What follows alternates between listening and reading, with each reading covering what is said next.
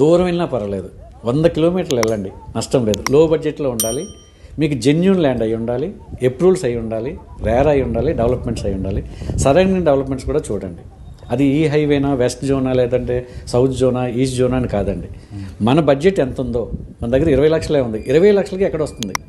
అక్కడికి వెళ్ళి మీరు జెన్యూన్గా ఉన్న ల్యాండ్, జెన్యూన్గా ఉన్న వెంచర్లు అక్కడ ఇన్వెస్ట్ చేయండి. భూమి ధర పెరిగిన దాంతో పోలిస్తే ఓపెన్ ల్యాండ్ కు ధర ఎక్కువగా పెరుగుతుంది. అందువల్ల మీకు అవకాశం ఉంటే మీరు ఒక 400 గజాల ల్యాండ్ కొనుక్కున్నారనుకోండి, 200 గజాలు ఇల్లు కట్టి 200 గజాలు ఖాళీ పెట్టండి. ఉన్నంత కాలం గార్డెన్ గా ఎంజాయ్ చేస్తారు. తర్వాత ఆ 200 గజాలు మీకు ఎప్పుడు అవసరం వచ్చినా బ్రహ్మాండమైన ధర వస్తుంది.